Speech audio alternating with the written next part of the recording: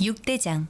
신선한 양지, 건강한 대파, 오래 끓인 사골 육수. 육개장 한 그릇에 온 힘을 다하니까 건강하다.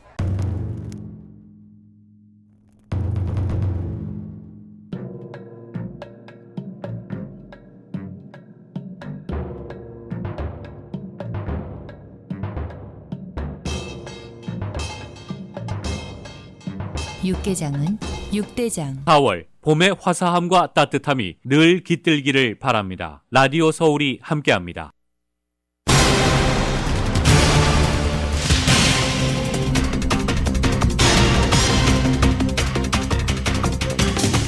캐런베스 LA 시장이 취임 후 첫 시정연설을 했습니다. LA시 전역의 치안 강화를 위해 힘쓰겠다고 밝혔습니다. 또한 경찰 인력을 1000명 증원하고 경찰 모집을 위해서 지원 보너스 지급 등 다양한 방법을 모색하고 있다고 밝혔습니다. 베스 시장은 오늘 오전 기자회견을 통해 2023-24 회계년도 LA시 예산안도 공개할 예정입니다. 노숙자 문제 해결과 치안 문제 해결을 위해서 거액을 투입할 것으로 예상됩니다. LA 카운티 정부도 오늘 430억 달러 규모의 예산안을 제출합니다. 정신건강 서비스와 노숙자 프로그램에 대한 투자가 포함되어 있습니다. 캘리포니아 주요 전력회사가 소득 기준에 따라 유틸리티 비용을 청구하는 방식의 요금 개혁안을 선보였습니다. 캘리포니아 어류, 야생동물고기, 한국산 생전복을 수입해 판매하던 한인마켓에 대해 20만 달러의 벌금을 부과했습니다. LA와 샌프란시스코로 있는 고속철도 건설이 추진됩니다. 기차는 밤 10시에 출발해 다음날 8시 30분에 도착하는 레드아이 기차 건설안입니다. LA 시티 카레지 캠퍼스에 세종대왕 동상이 세워집니다. 황실문화재단 관계자는 동상 제작이 이미 끝났고 빠르면 6월쯤에 설치될 것이라고 밝혔습니다.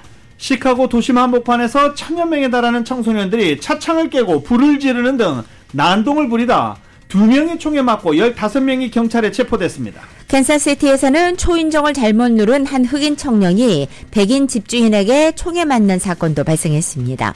인플레이션 감축법에 따른 전기 자동차 혜택 명단이 공개됐습니다. 한국산 자동차는 모두 빠졌습니다. 지난달 찰스 시합 같은 금융그룹 세 곳에서 600억 달러에 가까운 예금이 빠져나갔습니다. 다만 시장 예상치보다는 심각하지 않은 수준으로 평가됩니다. 미국 기밀 문건 유출 사태와 관련해 2차 유포의 핵심 역할을 한 것으로 추정되는 친러시아 성향의 소셜미디어 계정과 그 관리자에 대해서 연방수사국 등이 수사에 착수했습니다. 바이든 행정부가 추진하고 있는 해상풍력 확충 사업과 관련해 대다수 지역이 군사작전과 충돌된다는 의견이 제시됐습니다. 푸틴 러시아 대통령이 우크라이나 동남부에 있는 헤르손과 돈바스 최전방 지역 군부대를 깜짝 방문했습니다. 북아프리카 수단에서 군부 내 권력 다툼이 무력 충돌로 번지면서 2,000명이 넘는 사상자가 발생했습니다. 미국 외교관 차량도 피격당한 것으로 전해진 가운데 국제사회가 중재에 나섰습니다. 윤석열 대통령은 한미가 문제를 조정할 수 있는 회복력 있는 가치 동맹이라며 미국 문건 유출 사태 이후 첫 공식 입장을 전했습니다. 또 인플레이션 감축법과 관련해서는 타격이 생각보다 크지 않다며 선방했다고 평가했습니다. 민주당 전당대회 돈봉투 의혹에 연루된 당사자들은 검찰의 강도 높은 수사에도 불구하고 대부분 혐의를 부인하고 있습니다. 검찰은 그러나 수사 속도를 늦출 사안이 아니라고 보고 핵심 인물의 신병 확보를 검토하고 있습니다. LA 다저스는 뉴욕 매츠와의 난타전 끝에 6대8로 패했습니다. LA 엔저스는 보스턴과의 경기에서 5대4로 승리하고 3연패에서 벗어났습니다. 17년 만에 플레이오프에 오른 세크라멘토 킹스가 골든스테이트를 114대106으로 승리하고 2연승을 기록했습니다. 필라델피아도 브루클린을 96대84로 이겨서 2연승 달렸습니다. 오늘 뉴욕 증시는 혼조세로 출발하고 있습니다. 원달러 환율은 1318.6원으로 마감했습니다. 남가주 오늘도 대체로 흐리고 LA 한인타운 낮에 거기오는 64도 예상됩니다. 이 시간 주요 뉴스는 하늘위 호텔 세계 최대 항공기 아시아나항공 A380에서 차별화된 서비스를 만나보세요. 고국까지 편안하고 안전하게 모시는 아시아나항공 제공입니다. 여러분 안녕하십니까? 김윤정입니다. 안녕하십니까? 유지승입니다. 2023년 4월 18일 화요일 라디오 서울 모닝 뉴스 2부입니다. 오늘 4월 18일 세금보고 마감날입니다. 그런데 다 아시듯이 세금보고 마감날은 연장이 돼 있죠. 세금보고 마감일은 10월까지 연장돼 있는데 이에 대해서 혼선을 빚는 일이 많아서 주의가 당부되고 있습니다. 한인 공인회계사 CPA들에 따르면 한인들이 올해 세금보고 마감일을 놓고 오해와 혼선이 빚어지는 데는 연방국세청이 세금보고 마감일을 두 번에 걸쳐서 한 번은 5월 15일, 다시 한 번은 10월 16일 이렇게 두 번에 걸쳐 연장한 데서 비롯된 것으로 추정하고 있습니다. 세금보고 마감일은 10월 16일로 연기된 상태입니다. 또 마감일 대상 지역을 놓고 역시 혼란스러운 상황인데 연방국세청은 세금보고 연장 대상 지역을 연방재난관리청 재난지역으로 한정했습니다. 이 과정에서 오렌지 카운티와 리버사이드 카운티, 샌바나디노 카운티 등이 제외됐다가 아니면 다시 포함됐다가 이렇게 반복하면서 납세자들이 혼란에 빠진 것입니다. 연방국세청이 LA 카운티를 비롯해 남가주 6개 카운티와 캘리포니아주 내 대다수 카운티 모두 세금보고 마감일 연장 지역으로 포함시켰기 때문에 혼선의 불은 급한 대로 끈 상태입니다. 세금보고를 오늘까지 해야 되는 캘리포니아주 내 카운티는 임페리얼 카운티, 컨 카운티, 라센 카운티, 모독 카운티, 플루머스 카운티, 샤스타 카운티, 시에라 카운티 이렇게 7개 카운티입니다. 이 외에 캘리포니아주 대부분 지역이 10월로 세금보고 마감일이 연기되면서 세금 납부일 동반 연기됩니다. 세금보고 마감일이 연장된 지역의 납세자들은 별도의 연장 서류 제출할 필요 없습니다. 연장 조치로 세금보고와 함께 지연에 따른 벌금 납부도 자동으로 유예됩니다. 연장 신청을 해야 되는지 말아야 되는지 확실하게 이야기를 해주지 않는다라고 우리 CPA는 그것과 관련해서 확실하게 이야기를 해주지 않는다라고 문의 전화 많이 왔습니다. 연장 신청 따로 하지 않으셔도 됩니다.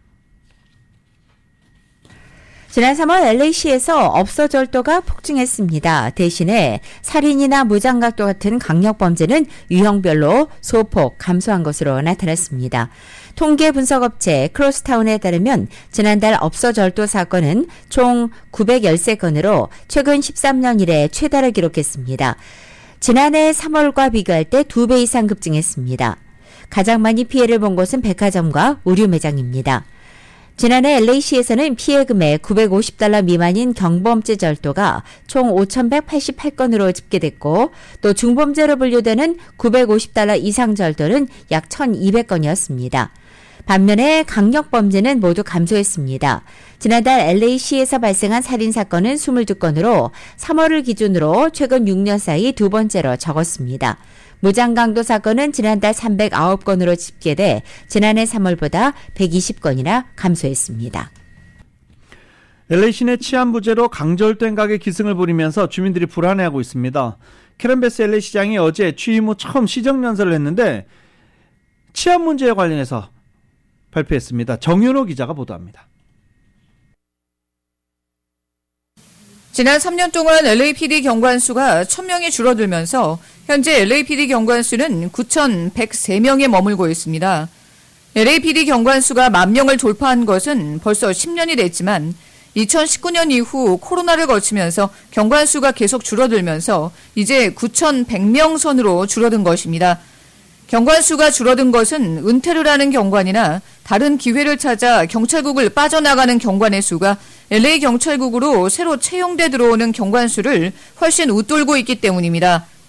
경관 숫자가 줄면서 LA 경찰국은 모든 부서에서 인원을 감축했습니다. LAPD 산하 거의 대부분 경찰서가 이제 밤 시간 동안에 프론트 데스크 운영을 중단했고 마약 등 풍기 단속반, 갱 단속반, 인신매매 단속반 등 특별부서의 경관수를 감축하고 대신 특별부서 인원을 거리 순찰로 배치하고 있는 판국입니다. 치안 부재로 인한 주민들의 불안이 증폭되면서 캐런 베스 LA 시장은 LAPD 경관 증원을 급선무로 삼고 18일 LA 시정부 예산을 발표하는 자리에서 LAPD 경관수를 9,500명으로 늘리는 방안을 선보일 예정입니다. 올해 안에 LAPD에서 경관 600명이 은퇴나 사임을 앞두고 있기 때문에 LAPD의 경관수를 9,500명으로 늘리기 위해서는 다음 회계년도 안에 경관수를 1,000명을 더 늘려야 한다는 계산이 나옵니다. 팬데믹을 거치면서 경찰에 대한 주민들의 반감이 높아지고 경찰에 대한 이미지가 실추되면서 최근 수년 새 경찰직에 지원하는 젊은이들이 급격히 줄어들고 있어 경관을 1,000명 증원한다는 일은 결코 쉬운 일이 아닙니다. 요즘 젊은이들이 장시간 근무나 부상 위험을 꺼리는 데다 팬데믹을 거치면서 구인난으로 다른 일자리가 많이 생긴 것도 경찰국이 새 경관을 리크루트하는 데 어려움을 겪는 이유 중에 하나입니다. LAPD만 경관이 줄어든 게 아닙니다. 뉴욕시의 경우 지난 3년 새 경관 수가 8%가 줄었고 시카고는 11%, 필라델피아는 9%가 줄었습니다. 근무 중에 위험 부담이 큰 대도시 경찰국을 기피하고 근교에 조그만 경찰국을 선호하는 추세도 두드러지고 있습니다. LA 시정부는 새로 채용되는 경관들에게 15,000달러에서 2만 달러 사이의 사이닝 보너스를 제공하는 방안을 모색 중입니다. 또 바운스 프로그램을 부활시키는 아이디어도 나왔습니다. 바운스 프로그램은 은퇴한 경관들을 경찰국에 다시 불러 1년 정도 더 경찰국에서 일하도록 활용하는 방법입니다. 조지 플로이드 사건 이후 블랙 라이브스 매러 운동이 일면서 에릭 가세티 전 시장 시절에 이 같은 압력으로 LA 경찰국 예산을 감축하게 됐는데 그 이후에도 경관들이 자발적으로 많이 빠져나가면서 치안력 부재에 이르게 됐습니다. 라디오 서울 뉴스 정현호입니다. 이런 가운데 캐런 베스 LA 시장이 오늘 자신의 예산안을 공개합니다. 캐런 베스 시장은 오늘 오전 11시 LA 시청에서 기자회견을 통해 2023-24 회견연도 예산안을 발표하는 것입니다. LA시 최대 현안인 노숙자 문제 위기를 극복하고 갈수록 불안해지고 있는 치안 확립을 위해서 공공안전 지원이 그 핵심으로 꼽히고 있습니다. 구체적으로 노숙자 문제를 해결하기 위해 13억 달러를 투입한다는 방침이며 치안 확립을 위해서 공공안전 지원에도 2억 5천만 달러를 요청한 상태입니다. LA 카운티 슈퍼바이저 위원회도 오늘 예산안 검토에 나섭니다. LA 카운티 슈퍼바이저 위원회의 430억 달러 규모의 예산안을 패시아 데이븐포트 LA 카운티 CEO가 제출할 예정입니다. 이 예산안은 정신건강 서비스와 노숙자 프로그램에 대한 투자, LA 카운티 셰리프국 내 위법 행위를 감독하고 근절하기 위한 부서 신설 등의 내용이 포함되어 있습니다. 미국 정부의 보조금을 받을 수 있는 전기차 명단이 공개됐습니다. 한국 기업이 만든 차들은 그러나 모두 빠졌습니다. 한국 업체들은 예상한 결과라며 미국 현지에서 생산 준비를 더 서두르겠다는 입장입니다. KBS 보도입니다. 미국의 인플레이션 감축법 지침이 더 까다로워지면서 전기차 보조금 지급 대상이 기존 41종에서 22종으로 크게 줄었습니다. 테슬라와 포드, GM, 스텔란티스 등 미국 제조사가 만든 차량들만 해당됐습니다. 국산 전기차 중 유일하게 보조금을 받았던 현대차 GV70을 포함해 일본차와 독일차 등 외국산은 모두 제외됐습니다.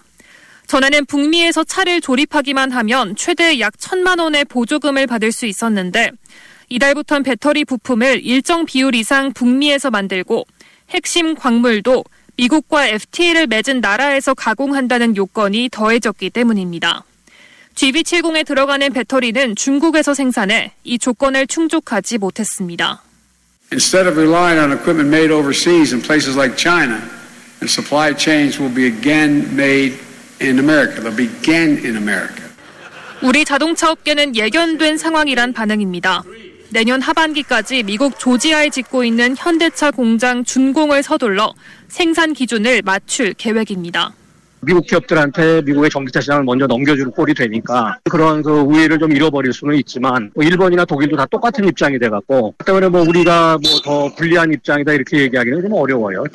특히 상업용 전기차는 인플레이션 감축법의 예외를 인정받기 때문에 현지 시장에서 리스 차량 등의 판매 비중을 높인다는 전략입니다. 정부는 배터리의 경우 보조금 대상 22종 중에 한국 배터리를 쓰는 차가 17종이라 오히려 우리에게 큰 기회가 될 거라고 낙관했습니다. KBS 뉴스 민정입니다.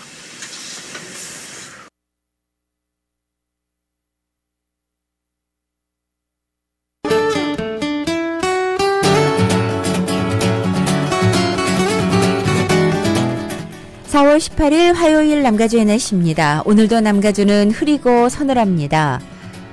낮 기온은 어제보다 1, 2도가량 더 내려앉아서 오늘은 이번 주 중 가장 서늘한 하루 되겠습니다. 수요일인 내일은 점차 구름이 걷혀 맑은 하늘 드러나겠고 낮 기온도 4, 5도가량 높아져 오늘보다 온화해집니다. 그리고 목요일부터는 낮 기온이 크게 올라서 평균 기온을 웃돌기 시작합니다. 그리고 이번 주말에는 마치 초여름 같은 낮 기온을 보이겠습니다. LA 한인타운의 오늘 낮 최고 기온 64도, 밤 최저 기온 50도, 오렌지 카운티 지역 68도, 51도, 밸리와 일랜드 엠파이어 지역은 68도, 48도, 해안 지역은 60도, 50도로 예상됩니다. 한국은 오늘 부분적으로 구름지나겠고 서울의 오늘 아침 최저 기온이 59도로 출발하고 낮 최고 기온은 81도까지 올라서 초여름 날씨 예상됩니다. 라디오솔 모닝뉴스 2부 이 시간은 1250만 불 교통사고 최고 보상, 교통사고 전문 천재 변호사 리차드 호프만, 신용의 상징 유한양행 건강식품과 누구나 젊어지는 얼굴 피부과학 셀리온, 메디케어 시니어를 위한 전문의 허가가 아주 빠른 한인 최고 최대의 서울 메디칼 그룹, 총 20억 달러의 승소, 크고 작은 교통사고와 상해, 브라이언 타필라와 시질러, 고객 한 분 한 분과의 릴레이션십을 생각합니다. 당신의 든든한 금융 파트너 CBB뱅크 공동 제공입니다.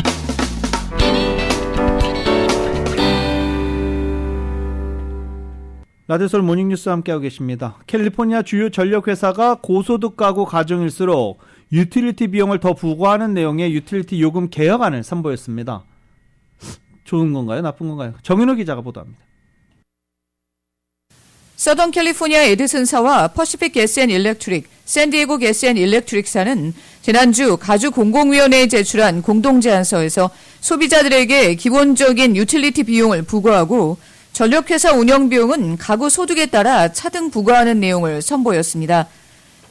제안서에 따르면 연소득 28,000달러에서 69,000달러 사이 가구는 서던 캘리포니아 에디슨사 서비스 지역에서는 월 20달러가 부과되고 샌디에고 게스 앤 일렉트릭사 서비스 지역에서는 월 34달러, 퍼시픽 게스 앤 일렉트릭 서비스 지역에서는 월 30달러를 부과하는 내용을 담고 있습니다. 연소득 69,000달러에서 18만 달러 사이 가구는 에디슨사와 퍼시픽 게스 앤 일렉트릭사 서비스 지역에서는 월 51달러가 부과되고 샌디에고 게스 앤 일렉트릭 서비스 지역에서는 월 73달러가 부과됩니다. 연소득 18만 달러 이상 가구는 에디슨사 지역에서는 월 85달러, 샌디에고 게스 앤 일렉트릭사 지역에서는 월 128달러, 퍼시픽 게스 앤 일렉트릭사 지역에서는 월 92달러가 부과됩니다. 남가주 에디슨사는 새 요금안에 따라 120만 명 저소득층 가구의 요금이 16%에서 21% 정도 떨어질 것으로 추산했습니다. 일반 가정에서도 요금이 전반적으로 줄어들 것으로 내다봤습니다. 주정부는 내년 1월까지 새로운 요금 체계를 채택하도록 요구하고 있습니다. 남가주 에디슨사는 빠르면 2025년부터 소비자들이 새로운 요금 체계로 인해 변경된 유틸리티 고지서를 받을 수 있을 것으로 내다봤습니다. 라디오 서울뉴스 정윤호입니다. 팬데믹 이후 주민들의 생활 패턴에 변화가 오면서 캘리포니아 병원과 대중교통 시스템이 심각한 적자를 겪고 있다는 것으로 알려졌습니다. 캘리포니아 병원협회가 팬데믹 이후 방문 환자 수가 급감함에 따라 캘리포니아 전역 5분의 1가량의 병원이 폐쇄 위험에 처했다고 밝힌 것입니다. 협회에 따르면 지난해 인건비와 의료용품의 지출이 급증하면서 병원들의 영업이익은 마이너스 1.6%를 기록했고 2019년 대비 총 85억 달러의 영업 손실을 기록했다는 것입니다. 또 팬데믹 이후 비대면 활성화 같은 생활 패턴이 변화해 교통 서비스 역시 심각한 적자를 겪고 있습니다. 최근 UCLA 교통연구소 데이터 결과 팬데믹 이후 캘리포니아주 전체 월별 대중교통 승객 수는 지난 2019년 2월 1억 명에서 2020년 6월 현재 2천만 명으로 급감했다는 평가입니다.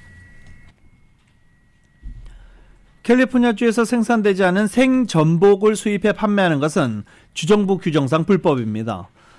캘리포니아주 어업수렵국이 지난 2018년부터 1년여간 한국산 생전복을 수입 판매한 한인마켓을 적발해 총 20여만 달러의 벌금을 부과했습니다.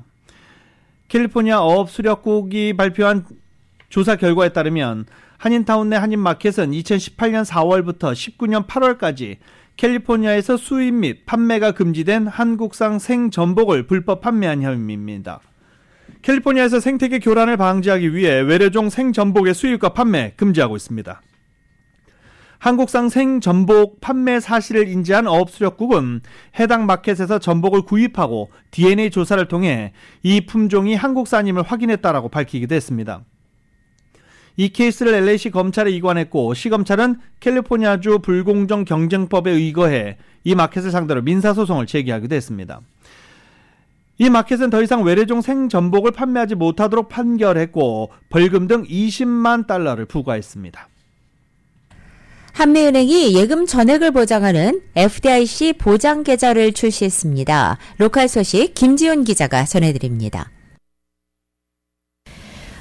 한미은행이 연방예금보험공사의 예금보험 한도액 이상의 예금에 대해서도 FDIC 예금보험을 통해 예금 전액을 보장받을 수 있는 ICS 체킹과 머니마켓 계좌 상품을 새로 출시했습니다. 이 상품을 통해 한미은행이 예금을 예치하면 계좌 잔액이 FDIC 예금보험 한도액인 25만 달러를 넘더라도 FDIC 예금보험을 통해 전액을 보장받게 됩니다. ICS 인슈어드 캐시 수입이라고 불리는 이 상품은 금융서비스 네트워크인 인트라파이를 통해 가입 은행들끼리 각 고객에 25만 달러 초과액을 교환해 FDIC 보험의 혜택 자격을 얻는 방식으로 작동됩니다. 다만 ICS 혜택을 받기 위해서는 계좌 예치액이 100만 달러 이상이어야 합니다. 시스템상으로는 예금이 분산 예치돼 있다 하더라도 고객의 해당 예금을 사용할 때는 모든 금액이 한 계좌에 있는 것처럼 편안하게 사용할 수 있습니다. 또 고객의 개인정보가 다른 은행으로 넘어가는 것이 아니라 인트라파이의 시스템에만 저장되며 자신의 예금이 얼마가 어느 은행에 분산 예치돼 있는지 정보는 월 계좌 내역서와 온라인 뱅킹을 통해 확인할 수 있어 안정성과 투명성도 갖추고 있습니다. 중산층에 해당되는 소득 기준은 지역마다 편차가 큰 것으로 나타났습니다. 퓨 리서치 센터 자료에 따르면 LA 중산층 평균 소득은 연 4만 7,149달러에서 14만 744달러 사이로 나타났는데 이는 전국 대도시 중 37위에 랭크됐습니다.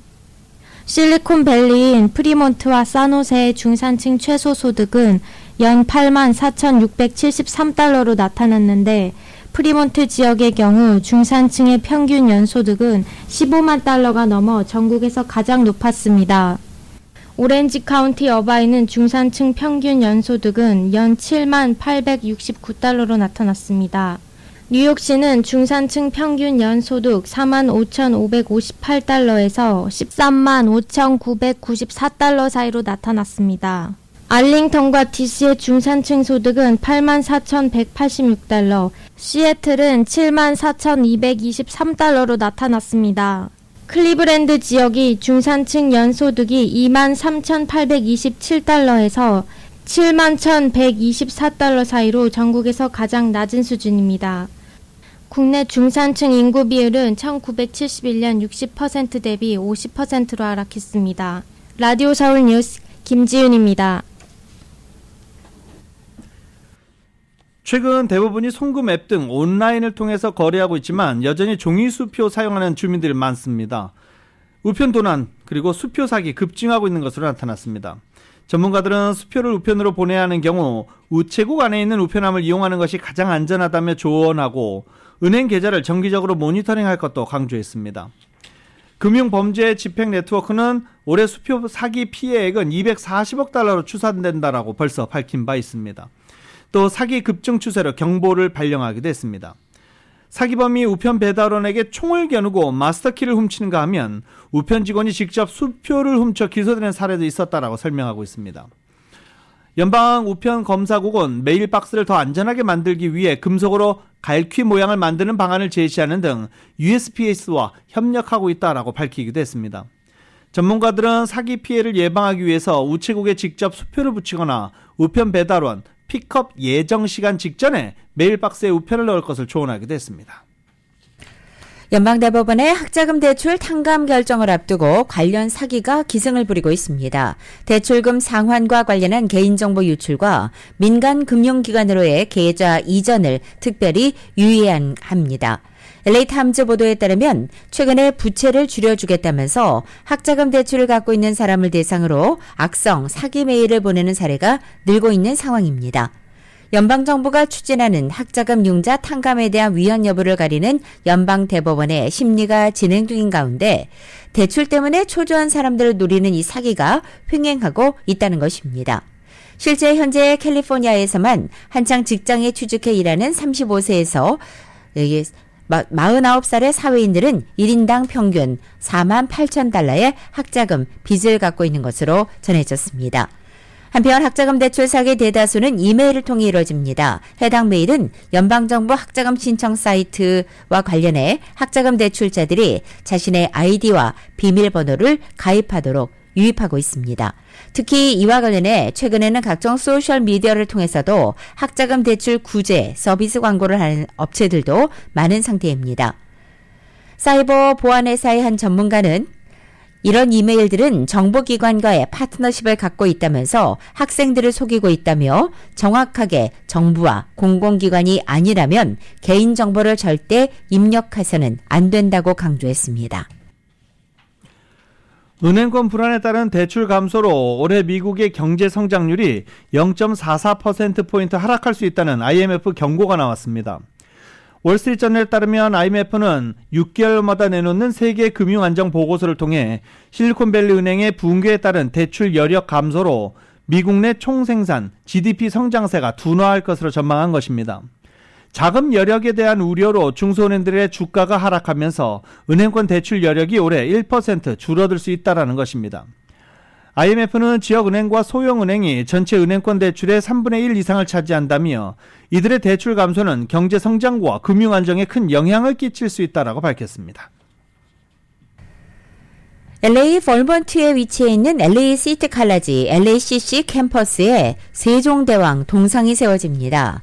전북 전주에 있는 황실문화재단 이석 이사장과 그의 양자이자 황실 후계자로 지명된 한인 2세 사업가 앤드루 리 엠페리얼 패밀리 컴퍼니 대표가 최근 LA에서 만나 빠르면 6월쯤 LACC 제퍼슨홀 광장 입구에 동상을 설치하기로 한 것입니다. 황실문화재단 관계자는 어제 LACC는 이 대표의 후원으로 지난 1년 동안 세종대왕 동상 건립 작업에 착수했고 동상 제작이 끝난 상태라고 밝혔습니다. 동상은 높이 2m 44cm, 폭 1.2.2 크기입니다. 제작에는 총 $50,000가 들어갔습니다. LACC 이사회가 최종 승인하면 곧바로 동상을 세울 계획입니다.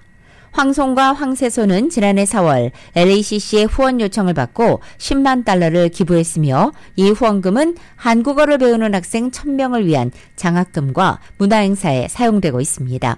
재단 측은 이 세종대왕의 동상이 건립되면 한국어 열기와 또 한국에 대한 관심이 더욱 커질 것으로 기대하고 있습니다. LA 총영사관이 오는 27일 화장품 규제 현대화법에 대한 온라인 세미나를 개최합니다.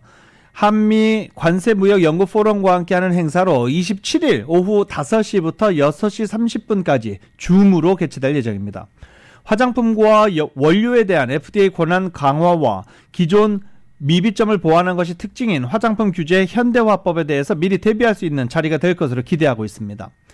이번 세미나는 사전 등록을 하면 무료 참석이 가능합니다. 자세한 정보는 LA 총영사관으로 문의하면 됩니다. 미주리주에서 한 10대 소년이 방문할 집을 잘못 찾아서 엉뚱한 집에 초인종을 눌렀다가 집주인에게 총을 맞아 다치는 일이 발생했습니다. 미주리주 캔사스시티 경찰에 따르면 지난 13일 캔사스시티 한 주택에서 총격이 벌어졌다는 신고를 받고 출동한 경찰은 집 앞에서 총에 맞아 쓰러져 있는 한 흑인 소년을 발견했습니다. 소년의 이름은 16살의 렐프 아를로. 이 소년은 집주인이 쏜 총 2발에 맞아 머리와 팔을 다쳤습니다. 경찰은 이 소년이 병원에서 치료를 받고 회복 중이며 현재 안전적인 상태라고 전했습니다. 소년에게 총을 쏜 집주인은 자세한 신원은 밝혀지지 않았고 사건 직후 경찰에 체포돼 24시간 동안 구금됐다가 주 법에 따른 기소 전 구금 가능 시간이 지나 현재 풀려난 상태입니다. 미국의 3대 도시 하면 시카고죠. 시카고 도심 번화가에서 1000여 명에 달하는 청소년들이 한꺼번에 몰려들어 난동을 부렸습니다. 잠시 지역 방송 연결해 보겠습니다.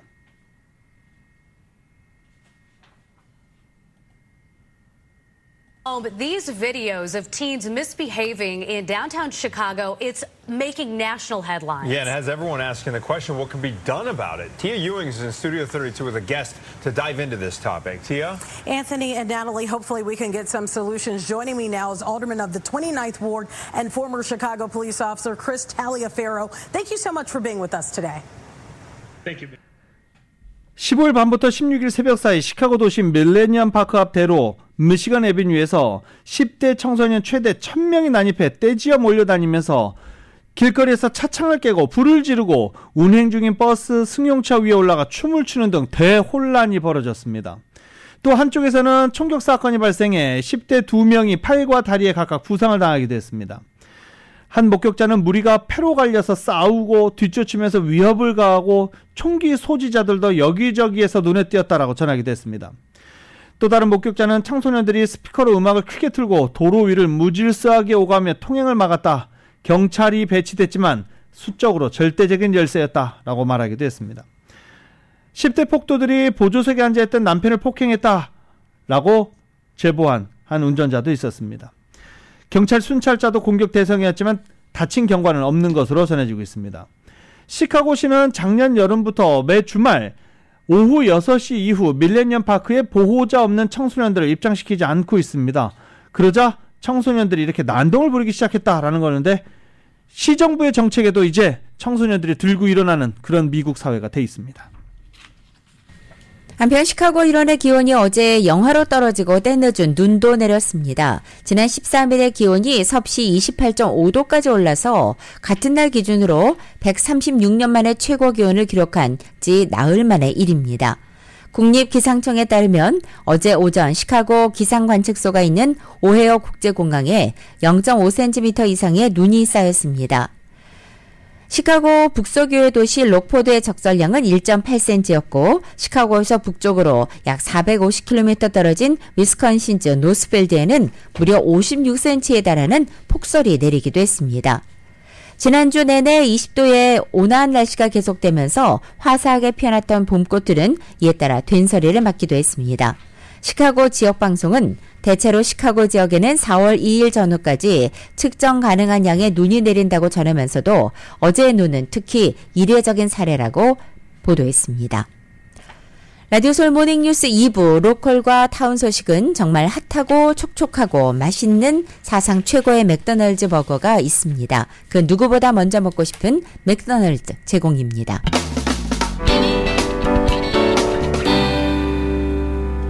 라디오 서울 모닝뉴스 함께하고 계십니다. 최근 유출된 미국의 기밀 문건과 관련해 만약 한국에 대한 도청이 사실로 확인될 경우 사과할 건지 이런 질문이 나왔습니다. 그러자 국방부 관계자는 엉뚱하게 한국과 관계는 매우 좋다 이렇게 답변을 했습니다. YTN입니다. 미 국방부는 한미 국방장관이 모두 유출된 문건이 위조됐다고 말한 데 대한 근거를 묻자 현재 조사가 진행 중이라며 즉답을 피했습니다. We're doing a review of the documents. It's something that our INS team is assessing and reviewing to see if any documents were further manipulated, but I just wouldn't get into the specificities. 만약 한국 국가안보실에 대한 도청이 사실로 드러난다면 사과할 건지 질문에도 법무부 수사가 끝나봐야 알 수 있다고 답했습니다. 다만 한국과 관계는 매우 긍정적이고 미국의 한국에 대한 약속은 굳건하다고 거듭 강조했습니다. We have a very good relationship with South Korea. You've heard us say from here, from this podium, but again from Secretary Austin as well, that our commitment is rock solid, and we have a positive relationship with South Korea. 백악관은 문건에 언급된 개별 국가에 고위급에서 일일이 연락을 취했고 동맹 파트너국과 신뢰관계가 훼손되진 않았다고 밝혔습니다. 상대국과의 통화 내용을 공개할 수는 없지만 이번 사안을 다루는 미국의 노력에 고마움을 표시했다고 전했습니다. I will simply say this broadly. They have appreciated the calls. They have appreciated the seriousness with which we are taking this issue. And they have appreciated our commitment to keeping them informed. 유출자 체포 이후 기밀 문건에 대한 수사에 박차를 가하고 있지만 아직은 문건의 유효성에 대한 판단이 끝나지 않았다고 설명했습니다. 백악관은 문건의 조작 여부와 상관없이 여전히 공공 영역에 있어서는 안 될 기밀 문건이라며 보도하는 데 주의해달라고 언론에 당부했습니다. 워싱턴에서 YTN 권윤기입니다. 연방수사국 FBI가 뉴욕 차이나타운에서 향후회 간판을 걸고 중국의 비밀경찰서를 운영한 혐의로 중국계 남성 2명을 체포했습니다. 뉴욕 맨하탄에서 어제 중국 공안부 소속의 불법 비밀경찰서를 개설해 운영한 혐의로 중국계 미국인 61살의 루첸왕과 59살의 천친핑을 체포해 기소했다는 것입니다. 연방법무부에 따르면 이들은 중국 정부의 요원 활동을 공모한 혐의와 중국 공안부와의 통신 기록을 삭제해 수사를 방해한 혐의를 받고 있습니다. 미국 시민권자인 루젠왕은 미국 내 중국 푸젠성 출신들의 향후회인 창러공회 회장을 맡고 있습니다. 푸젠성 출신 중국인들에게 만남의 장소를 제공한다는 취지로 결성된 이 창러공회는 지난 2016년 130만 달러의 맨하튼 차이나타운 6층 건물의 사무실 공간을 임대했습니다. 사무실 외벽에는 향후회라는 표식이 부착돼 있지만 FBI와 브루클린 연방검찰은 이 공간이 중국의 비밀경찰서로 활용된 것으로 보고 있습니다.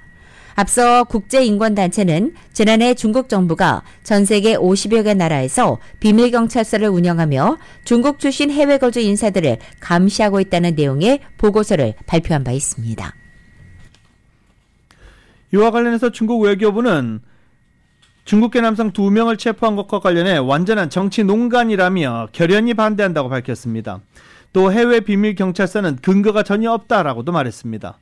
왕 대변인은 미국은 장시간 비밀감시, 불법 감청, 글로벌 추적, 체포, 마쿠 거래 등 수단으로 자기와 의견이 다른 사람을 탄압했다며 국경을 넘어선 진압의 모자는 미국 스스로 쓰는 것이 가장 적합하다라고 주장했습니다.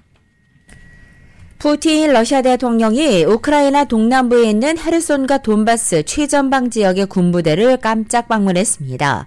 이들 지역을 합병한 이후 푸틴 대통령의 방문은 처음입니다. KBS 보도입니다. 러시아 크렘린궁이 공개한 영상입니다. 푸틴 대통령이 헬기로 헤르손에 도착했습니다. 헤르손은 크림반도와 맞닿은 지역으로 현재 헤르손주를 가로지르는 드네프르강을 사이에 두고 러시아군과 우크라이나군의 교전이 계속되고 있습니다. 푸틴 대통령은 헤르손과 인근 자포리자 지역의 전황 보고를 받고 부활절 선물도 전달했습니다. 푸틴 대통령은 이어 역시 헬기편으로 동부 돈바스 지역으로 이동했습니다. 루안스크주에 주둔 중인 방위군 본부에서 군 지휘부의 보고를 받았습니다. 푸틴 대통령이 방문한 두 지역은 모두 러시아가 지난해 10월 합병한 곳입니다. 이른바 특별 군사작전 시작 이후 푸틴 대통령이 이들 지역을 방문한 건 처음입니다. 앞서 지난달에는 또 다른 합병지인 돈바스 도네츠크주와 합병 9주년을 맞은 크림반도도 처음으로 방문해 주민들과 만났습니다. 당시 푸틴 대통령은 주민투표를 통해 합병이 이루어졌고 최종적인 결정이라는 점을 강조한 바 있습니다. 푸틴 대통령의 합병지 방문이 공개된 날 주요 7개국 외교장관 회의에서는 러시아가 우크라이나에서 조건 없이 철수해야 한다는 성명이 발표됐습니다. 우크라이나의 요구와도 일치하는데 러시아는 이에 평화협상을 위해서는 새로운 영토, 즉 합병지에 대한 국제적인 인정이 필요하다는 입장을 밝힌 바 있습니다. 모스크바에서 KBS 뉴스 조빈나입니다. 러시아 법원이 간첩 혐의로 구금된 월스트리트저널의 에반 게르시코비치 기자 석방을 거부했다고 밝혔습니다. 모스크바 법원은 게르시코비치 기자가 제기한 미결 구금 결정에 대한 항소심에서 구금이 유지돼야 한다라고 결정했습니다. 게르시코비치 기자는 러시아어로 모두 이해했다, 감사하다라고 말하기도 했습니다. 그의 변호인은 이후 기자들에게 그는 투지가 있다며 그는 운동을 하고 있고 사람들이 자신을 지지한다는 것도 알고 있다라고 말했습니다. 모스크바 감옥에 수감 중인 게르시코비치 기자는 체포 이후 처음으로 모습을 드러냈습니다. 북아프리카 수단에서는 군부 내 권력 다툼이 무력 충돌로 번지면서 지금까지 2,000명 넘게 숨지거나 다쳤습니다. 민간인은 물론이고 외교사절에도 무차별 공격에 가해지자 국제사회가 중재에 나섰습니다. KBS입니다. 검은 화염이 도시의 하늘을 뒤덮고 곳곳에서 포성이 터집니다. 북아프리카 수단의 수도 하르툼은 탱크와 무장한 군인들이 점령했습니다. 국제공항과 군사시설 등을 겨냥한 공습도 이어졌습니다. We're fine. We're safe. The power has been out That was something. You know, it's like I don't even know what it is anymore. 현지 시간 지난 15일 시작된 수단 군부 내 무력 충돌은 수도 하르툼과 인근 도시 옴두르만 등 전국으로 번지는 양상입니다. 밀려드는 사상자들로 병원은 이미 포화 상태에 이른 상황. 현재까지 유엔이 공식 파악한 사망자는 185명, 부상자는 1,800여 명이지만 사망자 수는 더 늘어날 전망입니다. 한때 동지였던 수단 군부의 1인자와 2인자가 권력 다툼을 벌이면서 무력 충돌로 번졌습니다. 세계 식량계획 직원 3명이 목숨을 잃은 데 이어 미국 외교관 차량까지 총격을 받았습니다. All of our people are safe and unharmed. But this action was reckless, it was irresponsible, and of course unsafe. 수단 주재 유럽연합 대사의 관저까지 공격을 당한 상황. 유엔을 비롯한 국제사회는 양측의 휴전과 대화를 촉구하며 중재에 나섰습니다. All efforts are welcome to seek ways to support dialogue and mediation, return to civilian-led transition. 미 백악관도 군부 세력과 접촉을 시작했지만 수단 내 무력 충돌 사태는 걷잡을 수 없이 커지고 있습니다. 수단에 체류하는 우리 교민은 모두 25명. 정부는 수단 상황이 악화될 경우 교민 긴급 대피 계획까지 검토할 것으로 전해졌습니다. KBS 뉴스 이하경입니다.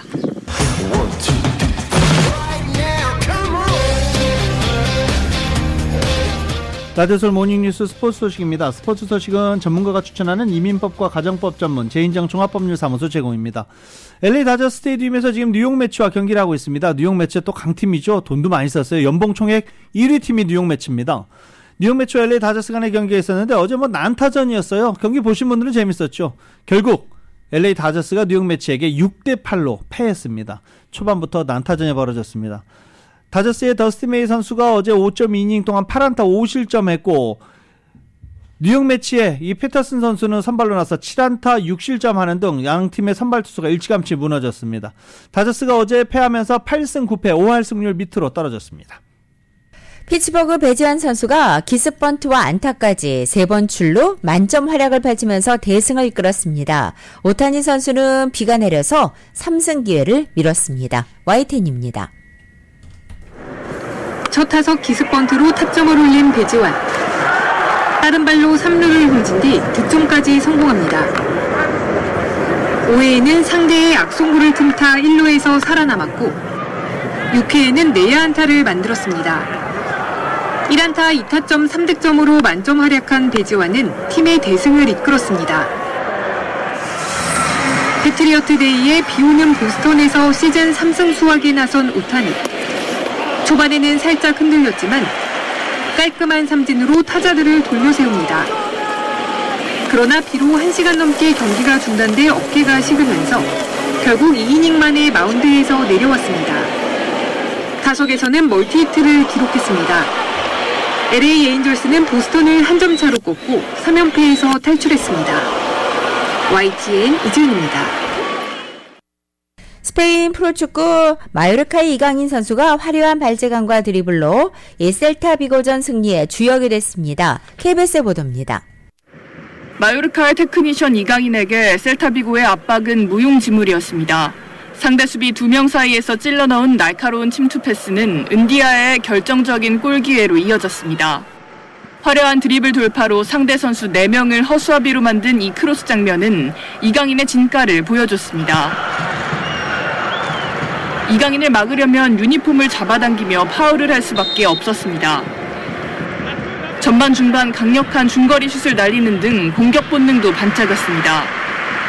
전반 21분 마요르카의 결승골도 이강인이 공중볼 경합을 따낸 이후 계속된 공격 기회에서 나왔습니다. 은디아의 골로 셀타비고를 1대0으로 이긴 마요르카는 7경기 만의 승리로 11위가 됐습니다. 이강인은 이날 경기에서 9번의 드리블 성공에 4번의 기회 창출 등 모든 면에서 경기를 지배했습니다.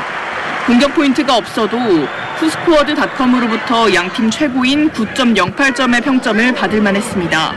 스페인 언론 아스도 이강인은 경기장 어디에나 존재하는 선수라며 이번 경기의 주인공이었다고 극찬했습니다. 프리미어리그에선 리버풀의 살라흐가 왼발로 새로운 역사를 썼습니다. 살라흐는 리즈전에서 왼발 통산 106호, 107호 골을 연이어 터뜨리며 프리미어리그 역대 최다 왼발 득점자가 됐습니다. 디오고 조타가 2골을 추가한 리버풀은 리즈를 6대1로 꺾고 5경기 만에 승전골을 올렸습니다. KBS 뉴스 신수빈입니다. 지금 NBA 플레이오프가 한창 진행 중입니다. 지금 17년 만에 플레이오프에 올라서 화제가 되고 있는 세크라멘토 킹스. 경기에서도 화제가 되고 있습니다. 세크라멘토 킹스가 어제 골든스테이트 워리어스를 114대 106으로 꺾고 플레이오프 1라운드 1차전, 2차전 모두 승리를 거두는 파란을 일으키고 있습니다. 세크라멘토 킹스가 스테판 커리가 버티고 있는 골든스테이트를 이렇게 앞부분부터 승리를 거둘 거라고 생각한 사람은 많지 않았습니다. 필라델피아 세븐티식서스도 브루클린 네츠와의 경기에서 어제 96대 84로 승리를 거두고 역시 2연승을 달렸습니다. 오늘 클리퍼스가 피닉스와 2차전 경기가 있고요. 수요일 레이커스가 멤피스와 2차전 경기를 갖습니다.